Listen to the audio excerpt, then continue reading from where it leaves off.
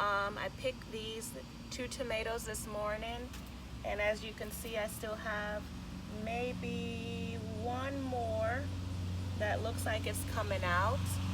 And these are actually very pretty. No damages, no anything. The trap that I made, I think you guys recalled, I made a trap because I had some deer coming in the backyard and they actually had eaten up the plant. So I did make this trap. The trap is still in place to kind of scare them away, but it worked. So I was able to get some tomatoes from off of the tomato plant tree. So guys, just want you to know that if you're having problems with deer in your backyard, this is really a good trap where you don't have to go out and spend any money.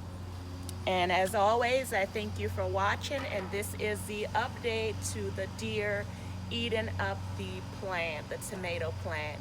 So guys, thank you so much. Don't forget to like, comment, share, and subscribe, and I'll see you later. Bye.